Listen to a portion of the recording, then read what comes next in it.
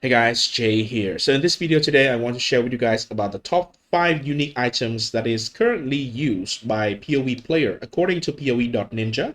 And this is for the Third Edict patch 0.3, Rise to the Abyssal League. And without further ado, let's just get to what the 5 uniques are. At number 1 in the list here, it is Heart of the Well, and this is a 38% use from players according to PoE Ninja. So with this jewel, you basically can have a much more powerful jewel for one jewel slot compared to a rare jewels.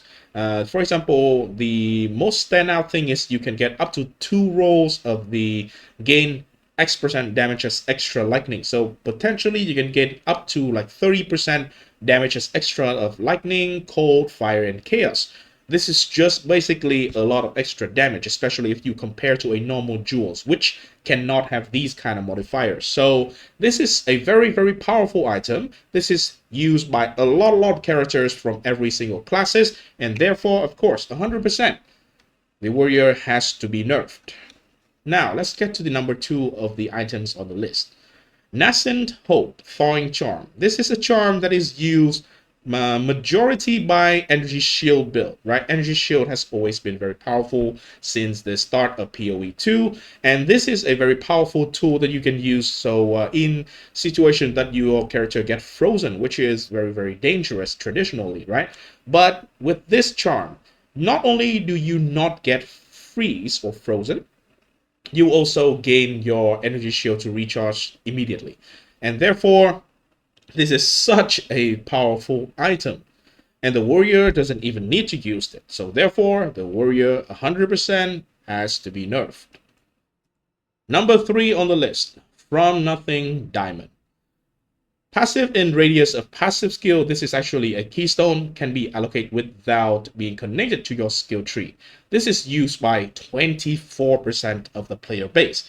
This can have many different versions. However, in this patch, there's one particular keystone that you can have From Nothing Diamond to allocate this very powerful node that everyone wants, which is the momentum. This is the keystone Vow Pact.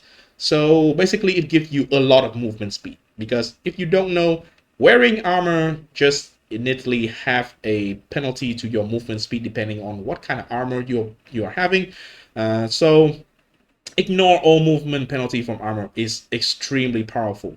At least on my Titan warrior, when I actually take this node, it gives me at that point 24% movement speed. So that is extremely powerful.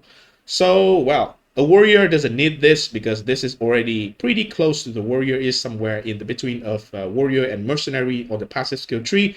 So therefore, of course, hey, this time it actually makes sense. The warrior has to be nerfed, 100%. And at number 4 of the top 5 is Headhunter. This is such an iconic item at this point.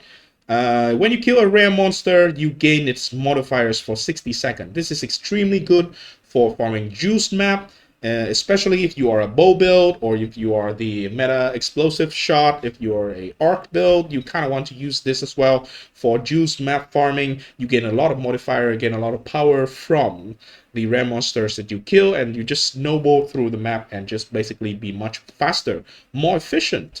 And so yeah, of course the warrior has to be nerfed. Again, there is no debate about this one. Number 5, the last item on the list is Constricting Command. So the special thing about this one, at 19% of usage, is require 2 to 5 fewer enemies to be surrounded. So surrounded is a condition that if you have at least 5 nearby enemies, you are going to be considered surrounded. So if you have up to -5, so 5 fewer enemies to be surrounded, you will always be surrounded basically. And therefore you will always gain the benefit from a lot of very powerful passive node, especially for example, in this case, tactical retreat here, 10% movement speed while being surrounded, right? So this is very cool.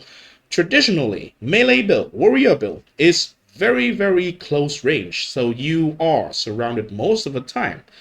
What builds are not surrounded that often? Well, bow build, range build, caster build, crossbow, explosive shot build. So yeah, of course, you also can use Defy support. This is a very big thing that makes this very, very OP because you don't need to worry about mana at all, and your attack damage is lucky. So it is a lot of extra damage. Defy 2 support. And with all those information that we got, of course, the warrior has to be nerfed. So last but not least, this is just a little bit of extra, right?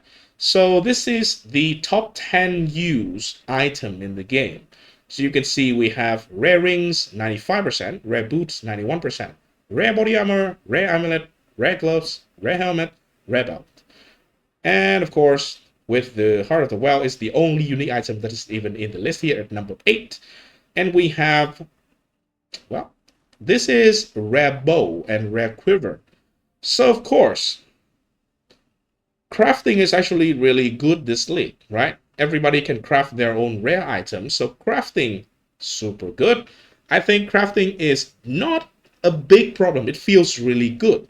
However, it should be a problem next league because the Abyss content is not going to be as common. So the currency that you use for Abyss crafting is going to be way, way less available on the market. Therefore, they are more expensive. Therefore, they are less achievable or available for the general or the casual players, the majority of the player base. So therefore, crafting is really good this league. The only worry for me is if it is not as good next league, then people is going to feel bad.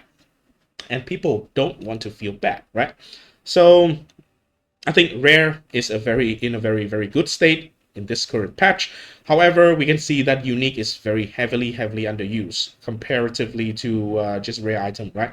Because I think there are some unique that can be chase unique, very expensive, but in general, in terms of power and also in terms of like build enabling, the uniques item of POE2 still have a lot of room for improvement. You should have a lot of more build enabling uniques, and sometimes like the items like the Headhunter is actually a very good addition if it's not everywhere in the game. And Heart of the Well, I think, is a pretty cool item. It's not like build defining, but it's absolutely a good amount of power for every build. And this is a good kind of item that I want to see more in the game, but also I want to see more build defining that is actually unique item in a way. It's not just straight raw power. And well, if you notice, the only weapon set that is in this list is a rare bow and a rare quiver. Therefore, of course, the warrior has to be nerfed. But with that, thanks for watching. I hope you enjoy the league. So far, I really am enjoying the league. I'm still making a bunch of different like random shit. But anyway, that's it. See you in the next video. Peace.